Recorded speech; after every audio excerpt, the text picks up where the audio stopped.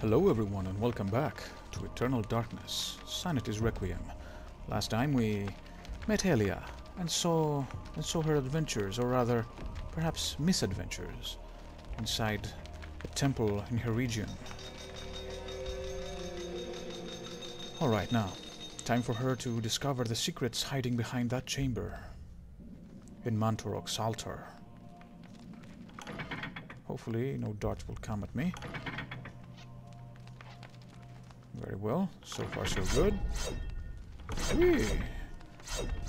Fortune favors the bold, as they say. Now I'm sure nothing bad will happen to Ellia behind there. Up until now, she has found the adventure she sought. Well, accepting the fact that she has a heart of unholy alien abomination inside of her body, but, well, what's the worst that could happen, really? I mean, look at it. Look at this. Just a mass of flesh. Flesh, eyes and teeth and mouths. It was quite hungry, but it didn't seem to be interested in Ellia for sustenance. It did eat those hapless guards, though. Still haven't found the way out. We don't know how these guards nourish themselves or how they got here in the first place. Perhaps Mantorok gives them life? Like that poor servant that gave us his heart? Its heart? Who knows? Time to find out what lies beyond here.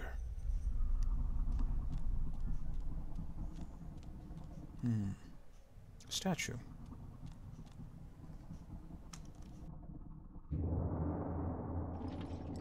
Fool! You should have run. Instead you will die. Where is the essence of Mantorok?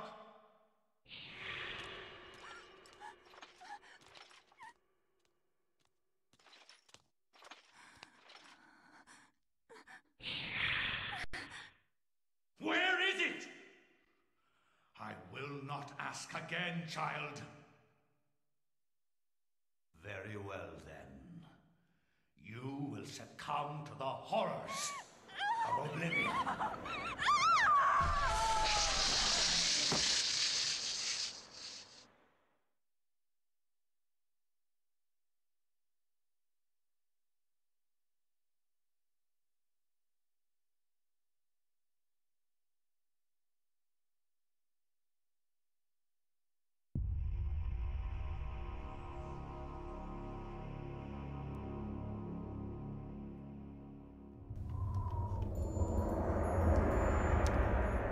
With that ended Ellia's chapter. In the end, she did have something of a higher purpose happen to her, but the price was great. She did keep faithful to her obligation, though. She did not surrender the heart. In any case, it seems that Alexandra's grandfather somehow rigged these candles to be lit as soon as she read the page, or someone read the page at least. If you'd need further confirmation that this house is not an inviting place, quite the contrary, it's foreboding personified, this is it. Okay, let's see here. A small shrine of candles. Their placement appears to be very deliberate, corresponding to etchings on the table and an illustration upon the wall. Some of the candles have been lit. Well, you can see the engraving on the wall back there, which means we have to distinguish these two candles. In doing that, a secret compartment opens. With a correct sequence of candles being lit, a hidden panel opens. There is a message tube inside. I wonder what's in here. An antique leather-bound message tube, the kind used to transport sealed message scrolls. It appears to be unopened. There might be something inside. Well, why not? We've come this far. A new chapter page. Suspicions of conspiracy.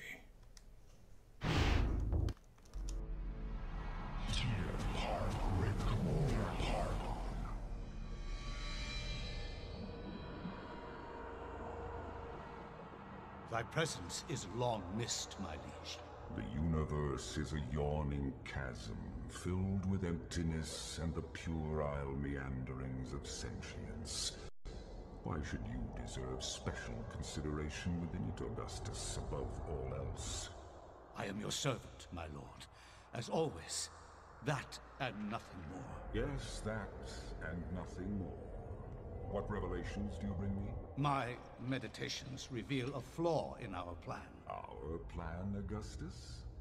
Mantarok is a shadow ebbing in the light of our glory. It and the others are slow, weak, bound by the realm of the universe. Unable to unite to fight a common foe, they will fall one by one. Unfortunately, this is beyond your understanding. The binding of Mantarok will seal their fate as its power over us is diminished. Such an irony that the Keeper itself be imprisoned within the walls of its own magic. But what of its essence? Is that not the core of its remaining power? Upon my seeping into the corporeal world, I will be the dominant over all, Mantarok included. Your worries are unfounded. You must turn your attention to Charlemagne the Frank. His continued presence within the world is far more serious to our cause. As you wish, Master. He will be dead before the week is out.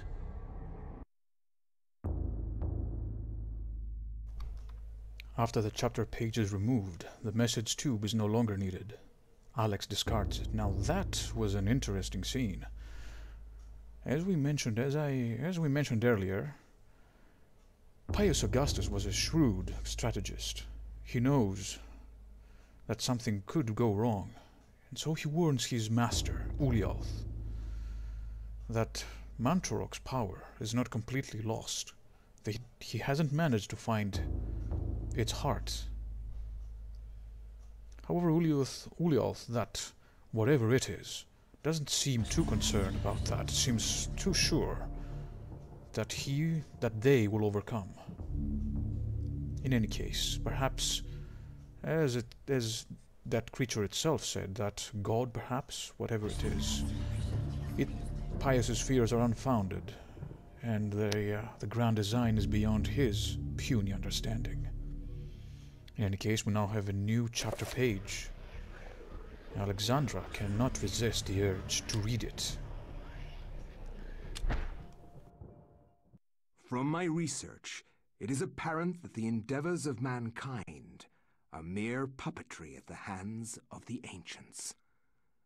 Whenever a king vows reform, the ancients move quickly to stifle it.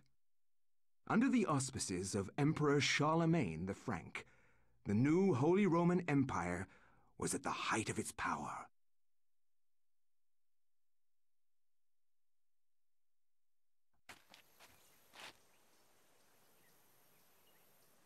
Hanc mit ad dominum et imperatorum nostrum, Carolum magnum Francum. Deliver this to our Lord and Emperor Charlemagne the Frank. No one but him must see it. They are words for his eyes only. At once.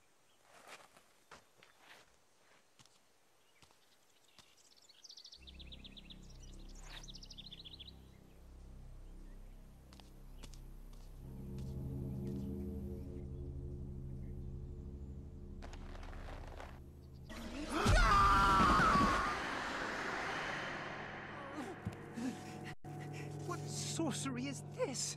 A spell? I am bewitched. If this was meant for Charlemagne, then what will become of him? I have to warn him of this treachery.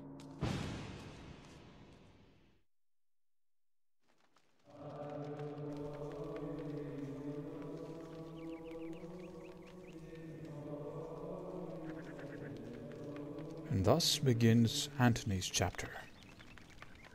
Antony is a messenger in the age of the Holy Roman Emperor Charlemagne the Frank. So Antony comes to this monastery, perhaps, whatever it is. It doesn't look like a church. After Antony briefly describes his mission, the monk informs him that Charlemagne was last seen in audience with the bishop in the visiting chamber. Well, you might have noticed that Antony's time is quite a few centuries before Ellia's misadventures, in Angkor Thom, in Cambodia. That is because the Tome of Eternal Darkness transcends time. It goes where it leads. It goes where it pleases, does whatever its master deigns. However, Anthony has a change of heart. He needs to go. But Anthony cannot leave yet. Charlemagne must be warned of the conspiracy against him. Now, Ulioth did mention that Charlemagne is a threat to their plan. Charlemagne did unite the entire Western Europe. Rather, at that time it was the Western Roman Empire. And he's considered the founding father of Europe as we know it. He brought reform, he brought religious perhaps was one of the more important reforms he made. And in general, some people would say that his machinations perhaps led to the schism between the Western and Eastern Christian Church, but that's neither here nor there. The fact is that the ancients want him out of the picture, and Antony must warn him. Antony's presence is questioned by the monks, feeling that he has trespassed upon sacred ground. The monk seems rather subdued, perhaps out of respect, or perhaps out of fear. Now, where is that visiting chamber? There's a door here. Muffled voices emanate from inside the bishop's visiting chamber. However, the door is locked, and Antony will need the bishop's key to enter and gain an audience with Charlemagne. Let's talk to the monks. Perhaps they can offer some assistance. Visibly disturbed with grief and despair, the monk sobs pitifully. He recounts that this is not the only death to have occurred recently, and wonders if perhaps the order is being punished for a wavering in faith. Well, if what we suspect is true, then the wavering in faith is the least of this monastery's worries. The monk cordially greets Antony. However, he brings grave news of the loss of one of his order who fell from the tower to his death. His tone is guarded, leaving Antony wondering if indeed this is the truth. There's another monk here. What can he tell us? The monk informs Antony that the order is awaiting the arrival of the bishop so that the funeral rites may begin. There is much grieving to do, since this is not the only recent death among the order. Too much death surrounding this monastery. Quite ominous, if I do say so myself. Here's a coffin in plain sight. A funeral casket made from unfinished wood. It is not properly sealed and could probably be opened. Yes, Antony, open the casket. What could go wrong? Were you inside a church? Let's see what's inside it. Oh my God, what is it? What happened? This devil's work. We should get out of here. You have proven what we have feared the most. This poor man has been the victim of great evil. Look how his body has been defiled, as if something has burst out from inside him. Here, take this for your protection. And find the bishop. He must be informed of this horrible discovery. And Antony has acquired a Scrammus axe. I'm not going to wonder how the monk was in possession of a sword inside the house of God, of all places. Look at this. Gruesome. Peering inside the casket, Antony sees the body of a monk. His raiment is that of his order, stained with blood that has seeped from many grievous wounds. It is a truly disturbing sight. Well, no one can do about him now. Let's check the message scroll. What can we learn about it? Message scrolls like this were often used to transfer messages securely. This one has a strange diagram on it, consisting of a pentagonal shape with strange letters at each corner. When Antony had opened the scroll, something strange happened. That something had been intended for the Emperor Charlemagne. Suspecting a plot against the Emperor, Antony pledged that he would warn Charlemagne at all costs. And we have the Scrammus axe. This Frank and Saxon weapon relies on a hefty blade to deliver deadly cutting and slashing attacks. It does not have a handguard, as it was designed for offensive rather than defensive fighting. Let's equip it. As you can see, Anthony has quite a steely resolve. His sanity meter is quite big, as well as his health pool. Quite a fit, strong-willed young man. Alright, nothing else to do here. The monks seem to have left. In horror, perhaps, but Anthony still has a mission to accomplish. He hasn't explored what's upstairs yet.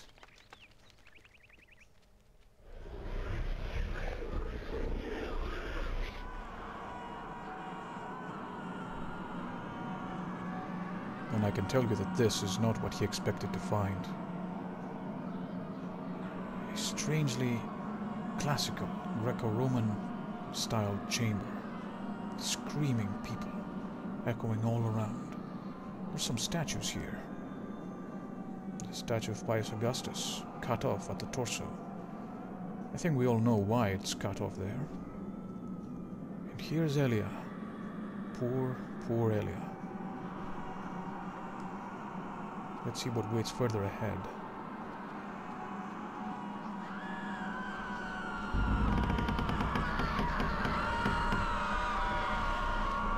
Cradled in what appears to be a leathery hand lies a mysterious book. It is bound in human skin and intricately decorated with shrunken bones. It beckons and yearns to be possessed.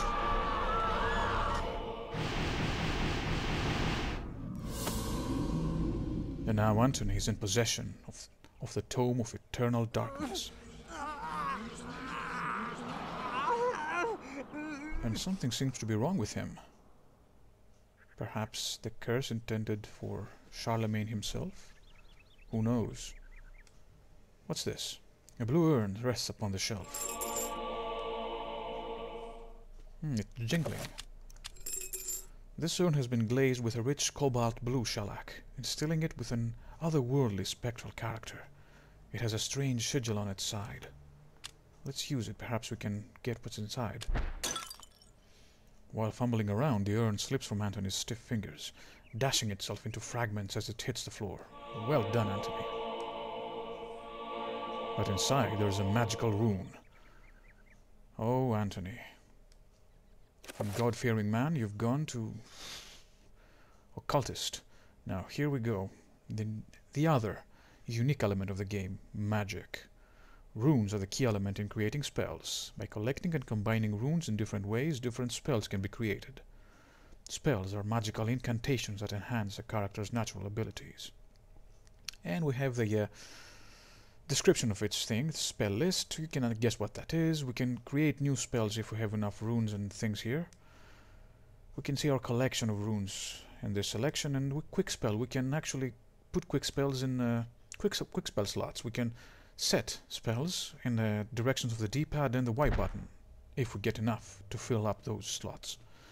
For now, it seems like Anthony is in the copying chamber of the monastery. Nothing here. Nothing here as well, but here is something very interesting. A mysterious gold medallion rests upon the desk.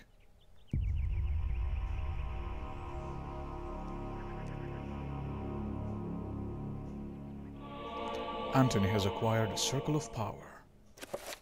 Circles of power describe the amount of power that a spell will have. The more points within that circle, the stronger the spell will be. Because, Anthony, you don't dip your foot in dark arts. You go in head first, my friend. A bewildering array of books and tomes sorted neatly on a set of shelves. Mostly books of a religious nature. They sit beneath a skein of dust, as if no one has touched them. Well, that's interesting. A monastery which hasn't touched its religious texts. What were they dabbling with instead, I wonder? Nothing but quills and inkwells here. What about this? Amongst the tomes and manuscripts, a book brings attention to itself. Oddly pristine on the dusty shelf. It doesn't quite belong. Let's move it and see what happens. Ah. A secret stairway. Quite dark in here. Oh, hello. Well, I wonder if the monks have been living with these creatures for a long time now. Look at this. This mummy is more like a spectre wrapped in bandages. You can see it. It's spectral energy. And inside it had a magical room, which is now in possession of Anthony. No, you don't. Anthony's gonna chop you to pieces like he did to your friend. Sit down.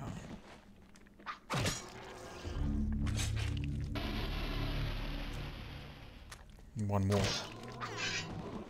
Quite easier to dispatch than its brothers. Let's see what we can find behind this door.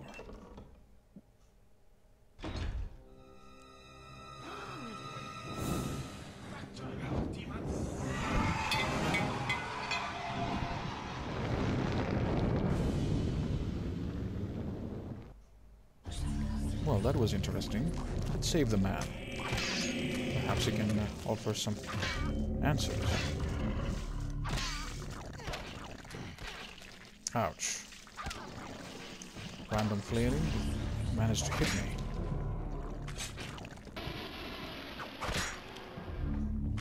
Alright, let's pick up the torch here and shed some light on the situation. Grateful for his life, the monk tells Anthony what happened. He was carrying a sacred urn from the baptismal font when he was confronted by the bishop, who was brandishing a large blade and whose eyes burned with an evil fire. Frightened, the monk dropped the urn out of shock and ran. Returning to retrieve the urn, he found only the sword the bishop had left behind. With thanks, he gives the bishop's sword to Anthony. Oh, nice. Two-edged sword. However, he doesn't seem too fazed by the monstrosities in here. The monk ambles around nervously as if half expecting the demonic bishop to return at any moment. Let's see. Here we have the fragments of the urn the monk was carrying. Yes, we know we can mix things. Let's try it right now.